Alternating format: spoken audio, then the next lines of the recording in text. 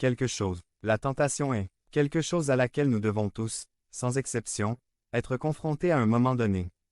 Aujourd'hui, nous allons examiner la vie d'un jeune homme nommé José, surnommé le rêveur. Le jeune Joseph a dû faire face à deux tentations très puissantes. Comment a-t-il pu les surmonter? Quelle stratégie ce garçon a-t-il utilisée pour vaincre la tentation?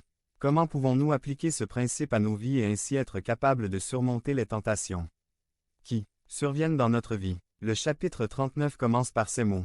Lorsque Joseph fut emmené en Égypte, les Ismaélites qui l'avaient emmené là-bas le vendirent à Potiphar, un Égyptien qui était officier de Pharaon et capitaine de sa garde. Développement. Devenez membre de la chaîne et AIDEZNOUS à propager la parole de Dieu à partir du monde. Samedi 16 mars 2024. Si vous croyez en la puissance de Dieu, commentez 11.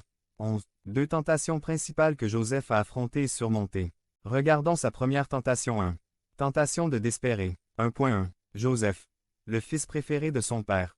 Genèse 37. 2 à 3. Voici l'histoire de la famille de Jacob. Joseph, quand il avait 17 ans, gardait les brebis avec ses frères. Et le jeune homme était avec les fils de Bila et avec les fils de Zilpa, les femmes de son père. Et Joseph informa son père de leur mauvaise réputation.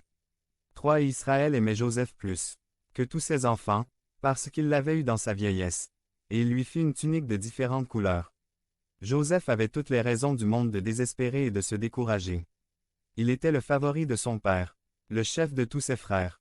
Dieu lui a donné des rêves prophétiques et des révélations pour l'avenir de sa vie. Il a eu la faveur de Dieu dans sa vie. Joseph avait le sentiment de sécurité que son père l'aimait, que ses frères le respectaient et que Dieu était avec lui. Mais soudain, ses frères conspirent contre lui et l'attaquent, le vendant comme esclave à l'Égypte. Il n'a pas eu l'occasion de dire au revoir à son père ni à son frère Benjamin. Tout d'un coup, c'était fini. Ce sentiment de sécurité qu'il avait a disparu. L'affection de son père, les bénédictions de Dieu et tout le reste se sont transformés en incertitude et en humiliation. Comme ce sentiment doit être difficile de se sentir abandonné sans savoir ce qui vous attend et ce qui va vous arriver. Il est très probable que José ait été déprimé, triste ou effrayé par une perte aussi brutale. Peut-être que José ressentait ce que nous ressentons lorsque nous perdons notre emploi, nous perdons une relation amoureuse, nous sommes malades de quelque chose de grave, nous échouons dans quelque chose, nous subissons des pressions ou des menaces au travail ou à la maison. Lorsque notre réputation et notre dignité sont écrasées, lorsque ces choses se produisent, il est facile de désespérer, de se décourager et de sombrer dans la dépression. C'est dans ces moments-là qu'on est tenté de s'éloigner de Dieu.